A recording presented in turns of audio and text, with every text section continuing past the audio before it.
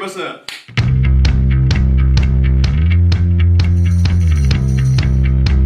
Avui vinc a parlar-vos de per què la República va perdre la Guerra Civil. Continuem la sèrie de Història d'Espanya per a selectivitat, després de Primo de Rivera i la República, que vos els deixaré per aquí dalt. Ale, a la faena!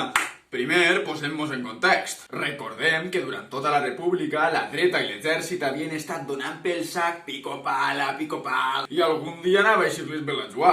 Resulta que Calvo Sotelo era el líder de l'oposició i era un tocapilotes de cuidado. I va dir sobre Casares Quiroga, el president del govern des d'uns mesos abans que comenci la guerra, ¿qué más podíamos desear de tener al frente del gobierno a la persona más odiada de España? Ahí veu lo calentet que estava l'ambient, que això em recorda un poc a lo que portaven mesos fent al Pablo Iglesias, tirant-li merda per on podien. Que el tio et pot caure millor o pitjor, però això ja era en passar-se la me. Esperem, sincerament, que en l'actualitat no acabem en el mateix destí que fa un segle. Però bueno, tornem a lo que anàvem. Arriba el 13 de juliol i assassinen a Calvo Sotelo. I, com sempre, ho aprofiten al seu favor i el 17 de juliol s'alça l'exèrcit en Melilla. I perdoneu que tornem al debat de sempre, però és que això és important saber-ho. En veritat, ja portaven anys volent fer un colp d'estat. En 1932 ho van intentar en Sanjurjo, però es van menjar una merda com un cabàs de gran. I en el 36 es van passar mesos planejant-ho. Que no vos conten la trola de què va ser perquè van assassinar a Calvo Sotelo, perquè simplement van dir, hòstia, mira, aprofitem el bug i fem el colp ara, així no tenim excusa.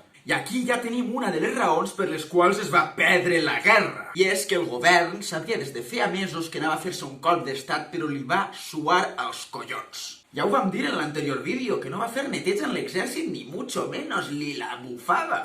Li van fer els militars, sí, ja te dimos, no patisques. Casares Quiroga preferia esperar a veure què passava en compte de tallar-ho d'arrel. Podem culpar-lo? Òbviament sí, però també hem de pensar que en 1932 la Sanjurjada, l'altre colp d'estat que ja van intentar, va fallar i la república va seguir tan ampla. La seva intenció era que si tornava a passar algo paregut, acabar amb el colp, arribar al Parlament i dir «Nyas pebràs, ara vas i lo casques». Es pensava que anava a eixir igual de bé i va pecar de sabut. Les coses com són. És més, en el diari socialista Claridad, el 7 de juliol, abans de que Calvo Sotelo la palme, ja era notícia que es volia implantar un régimen dictatorial igual o parecido a los de Italia y Alemania. Cágate, Lorito, pa que després et diguen de que la guerra la va començar l'esquerra carregant-se el tio este, saps? A un altre que el prenguen per bobo si volen, però a mi que no em toquen els ous. També Casares Quiroga s'omplia la boca dient que l'exèrcit seria fidel a la república. I per això pensava que el cop seria fàcil de parar. I amigos para siempre, always be my friend i tot lo que tu vulguis, però aquí més que de sabuts van pecar de bobos. També te ho dic, perquè sabent que havia militars, en plan, se vienen cositas, pues espavila, home, espavila! Si és que el propi Franco el va avisar en una carta el 23 de juny de que en l'exèrcit l'ambient estava calentet. Que sapigueu que este mamó va dubtar fins al final i després va viure com un rei al fill de puta durant 40 anys. Una altra raó per la qual la república va perdre la guerra va ser que quan Azaña i Casares Quiroga es van enterar del colp, van estar de xarreta i van decidir que seria bona idea no entregar-li armes a la població. Van pensar a sant de què? Perquè no pensaven que una sublevació en Marroc fora un perill per a la república i tenien por de que passara com en octubre del 34 i que es muntara una revolució. Pues muy bien, de puta mare, 40 anys de franquisme que anem a papar-nos per gilipolles. Tens un exèrcit rebel i no li dones res a la gent per si de cas. Què puede salir mal? I a veure, també t'ho dic que és molt fàcil xerrar des de ma casa sabent lo que va passar. Però, cabró, què t'esperaves? Que se te'l sota el puto exèrcit, hòstia, que pot eixir malament la cosa, txe? Però és veritat que després de la dimissió de Casares Quiroga i ja passats uns pocs dies després del colp, es forma un nou govern amb José Giral. I este nou president diu: mira, jo me caguen els militars i me caguen sa abuela. Anem a donar-li armes al poble i anem a ensenyar-li 2 i 2 molt fan. A veure, ja sabeu que la majoria de diàlegs que faig són inventats, però a que molaria que haguera dit això. Però clar, en moments de Xina el temps és decisiu i eixos dies sense armes es van notar. I junt a tot el que hem dit, també tenim altres factors que van fer que la guerra tirara cap al bàndol fatxa. Els que s'havien sublevat eren l'exèrcit regular. O sigui, l'exèrcit, els professionals mamadíssims de tota la vida, que agarren un fusil i a 100 metres t'arreguen un enganxó com vull demà. I l'exèrcit que va lluitar contra la república era, com dia el meu profe, un exèrcit d'espardenya. Era un exèrcit de gent random, de milicians, de partits republicans i sindicats, que és un poc com si ara qualsevol de nosaltres amb olla se'n va pegar-se de tirs en l'exèrcit. És veritat que en aquests moments segurament sabrien manejar una arma millor que nosaltres, que no m'han empunyat una en la nostra vida,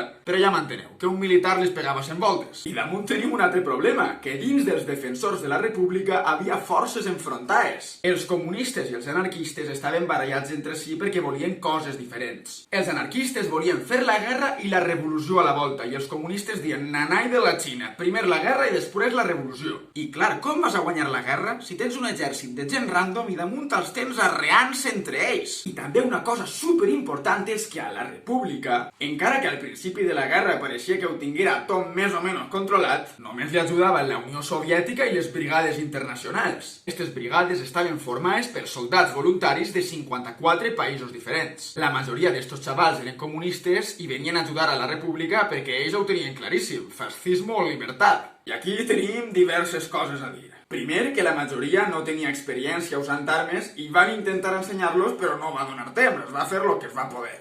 Després, que tenien armament que a voltes ni funcionava. I també que a l'haver gent de tant de país diferent va haver voltes que l'idioma era un problema i van haver malentesos. I ara que estem parlant de lo internacional, també cal dir que a Espanya van arribar moltes infermeres que van treballar en favor de la república durant la guerra i van ser molt importants. Però això no va ser suficient, perquè els països tan democràtics com França i Regne Unit van voler crear el Comitè de No Intervenció, en el qual també estaven Itàlia i Alemanya, però aquells dos se'n van passar pel pito del sereno, vamos, ja t'ho dic jo.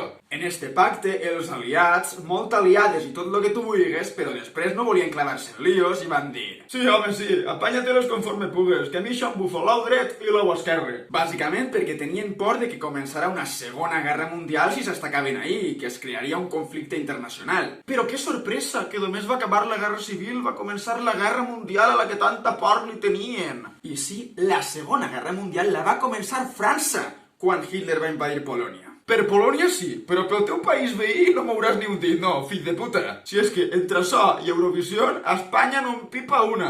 I, efectivament, una altra raó per la que la república va perdre la guerra va ser, a part de les no ajudes que ja acabem de dir, per les ajudes que van rebre els militars. A estos mamons li ajudaven els tres més fatxes d'Europa: Alemanya, Itàlia i Portugal, el trio Calavera. Portugal no podia aportar armes, però va deixar el seu territori per a que els fills de puta de Mussolini i de Hitler colaren per ahí lo que els donara la gana. Així que al bàndol fatxa li ajudava Hitler, Mussolini i Salazar, és que vaya tres, donant avions, tropes, maquinària de guerra. Estaven realment usant Espanya com un teatret, provant armes i coses per a veure si després podien treure-li ús. Hitler, per exemple, va provar la Legió Còndor en Guernica el 1937, fent el desastre que va fer i que Picasso passaria a pintura, representant el dolor i les atrocitats per les que estaven passant els espanyols per la pròpia voluntat dels militars. Si és que tot això era culpa seua, que no vos venga la moto. I en conclusió, la república va perdre la guerra civil perquè entre tota l'ajuda internacional que van rebre els sublevats, les poques ajudes que va rebre la república, que tenia un exèrcit d'espardenya contra un exèrcit regular de militars professionals, i que damunt tenien problemes interns i els que defenien la república no paraven de donar-se pel sac mútuament, tot això va fer que acabaren guanyant a fatxes. Bombardejos, fam, exiliats, repressió, pena de mort, ruïna econòmica i una dictadura de quasi 40 anys. Tot això, gràcies als que volien salvar Espanya. Imagina't si s'hagueren proposat arruïnar-la. La mare que els ha parit. I ja ho tenim bé per avui. Si t'ha agradat, t'agrairia moltíssim que el compartires. Seguis-me en les xarxes del canal i subscriu-te per a no perdre cap novetat. Recordeu que entre la universitat i entre que m'estan allargant els horaris dels bars no puc gravar molt de vídeo, però bueno, s'ha fet el que s'ha pogut. Vídeos del franquisme no vaig a poder tornar-los a gravar, però teniu en el meu canal uns que vaig fer l'any passat. Si vos servixen, doncs mira, bé tu, en aquests vídeos parlo com un zombi, però menos és nada, també t'ho dic, eh? I res, recordeu que el coneixement no fa nosa i aquí estem per ampliar-lo i compartir-lo tot el que puguem. Molt bé.